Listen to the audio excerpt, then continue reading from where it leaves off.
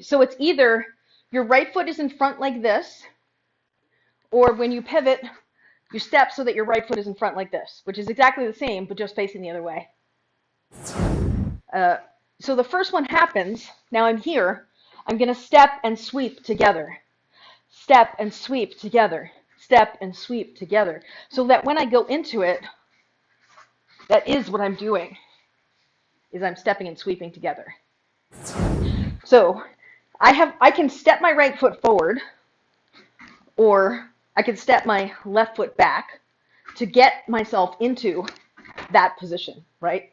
So it's either my right foot goes forward, so this is a forward turn, versus this is a backward turn. Okay, the forward turn I think is more intuitive. The backward turn is less intuitive. That's why I'm having you drill the backward turn, because when we are doing the move and we're going across space, this one is a forward turn. Then this one is a backward turn. You could do a forward turn with on the right leg, or a forward turn on the left leg.